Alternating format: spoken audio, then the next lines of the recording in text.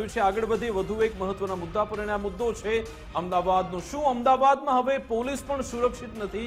આ સવાલો એટલા માટે ઉઠાવી રહ્યો છું કારણ કે ગઈકાલે જે બનાવ બન્યો છે એ સમાચાર સાંભળીને સૌ કોઈ અચંબામાં મુકાઈ ગયા કારણ કે એક મહિલા પોલીસ કોન્સ્ટેબલનું હિટ એન્ડ રનમાં મોત થયું છે। જે અમદાવાદ એવો વિસ્તાર કે જ્યાં આ નીલમ પંચાલનો કેસ થયો, તથ્ય પટેલનો કેસ થયો, પછી એવું કહેવામાં આવતું હતું કે અમે કોમ્બિંગ શરૂ કર્યું છે, ચારે બાજુ સીસીટીવી સર્વેલન્સ છે, હ્યુમન ઇન્ટેલિજન્સ છે, પરંતુ છતાં પણ હિટ એન્ડ રનના કેસ બનતા રહે છે।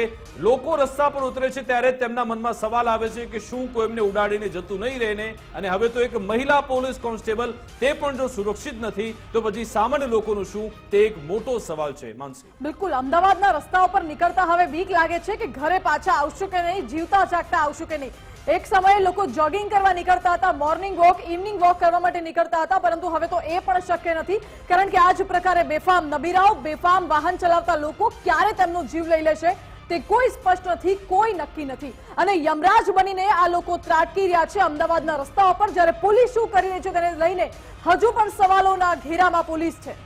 એટલે માનસી 24 કલાક જેટલો સમય વીતી ગયો છે, અહીંયાના જે પીઆઈ છે તે કોઈ જવાબ નથી આપી રહ્યા। મહિલા કોન્સ્ટેબલ પોતાના ઘરેથી ફરજ પર જઈ રહ્યા હતા, તે દરમિયાન તેમની સાથે આ બનાવ બન્યો છે। કેવી રીતે અકસ્માત કર્યો, અકસ્માત કરનાર કોણ છે, સીસીટીવી, આ ગાડી નંબર, કોઈ પણ વિગત પોલીસ પાસે નથી।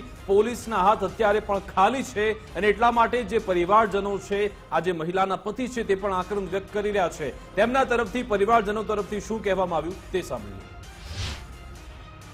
આ એક્સિડન્ટ થયું એવું કઈ કહે છે, પણ એ કોણ છે એ હજુ સુધી ખબર મળી નહીં। સરકારની એ જ વિનંતી છે કે કડકમાં કડક કાર્યવાહી કરે। તૈયારી જ કરું છું ગવર્મેન્ટની જોબની, પણ મારા ફેમિલી એક જ હતું, પણ એ મારા હવે કેમ કે પડી ગયો, હવે હું તો તૈયારી કરતો, મારા છોકરીને હાચવું કે હવે તૈયારી કરવાની, તો સરકારની મારે એ જ સહાય છે કે મને બી કંઈક સહાય કરે। અત્યારે આખું ગામ મળી અને ખરેખર એના નિવેદન માટે ખરેખર મન દુઃખ થાય છે અને અમારે સરકારશ્રીને વિનંતી છે કે ખરેખર એ જે ગાડી જે એક્સિડન્ટ કરી અને ભાગી ગયા હોય તે કારણસર એમને ખરેખર કાયદેસરની કાર્યવાહી કરે।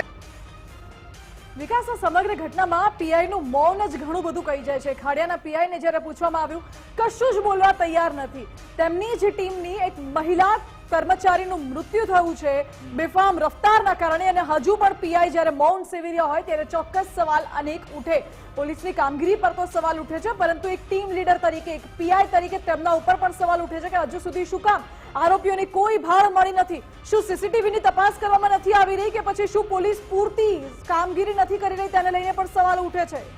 આમાં એ જ મુખ્ય મેન હોલ એ જ છે કે ઘણી બધી જગ્યાએ સીસીટીવી તો લાગેલા છે પરંતુ તે કામ નથી કરતા, એક્ટિવ નથી, અને એટલા માટે જ આવા લોકો ત્યાંથી ફરાર થઈ જાય છે। આ જે વિસ્તાર છે ત્યાં પોલીસે 50 જેટલા સીસીટીવી તપાસ્યા છે, પરંતુ આ સીસીટીવી ફંફોડ્યા બાદ પણ પોલીસના હાથે કશું લાગ્યું નથી। અમદાવાદમાં આપણે જોયું હતું કે જ્યાં બોપલમાં માયકાના વિદ્યાર્થીની હત્યા થઈ જાય છે, તે પણ પોલીસ કર્મી હતો, તે પછી ભાગી જાય છે અને પછી પંજાબથી તેને પકડવામાં આવે છે, તે હત્યા થઈ ગઈ। પછી નીલમ પંચાલ નામનો જે નબીરો આખો વિસ્તાર બાંધમાં લેવાનો પ્રયત્ન કરે છે, 4 થી 5 ગાડીઓને ટક્કર મારી ફરાર થાય છે, તે પણ નશાની હાલતમાં હતો। બીજી બાજુ નરોડા દેગામ હાઈવે પર આપણે જોયું હતું કે જ્યાં ક્રેટા ચાલક બે લોકોના જીવ લઈ લે છે અને આવા બનાવ સતત બનતા રહે છે। હવે તો પોલીસ કોન્સ્ટેબલનું મોત થયું છે હિટ એન્ડ રનના કેસમાં, એટલે કે ટ્રાફિક પોલીસે, શહેર પોલીસે કડક થવાની જરૂર છે, નહીં કે ફક્ત રીલ બનાવવામાં ધ્યાન રાખવાનું, કારણ કે હવે હમણાં રીલ બનાવવાનો ક્રેઝ ખૂબ જ ચાલ્યો છે।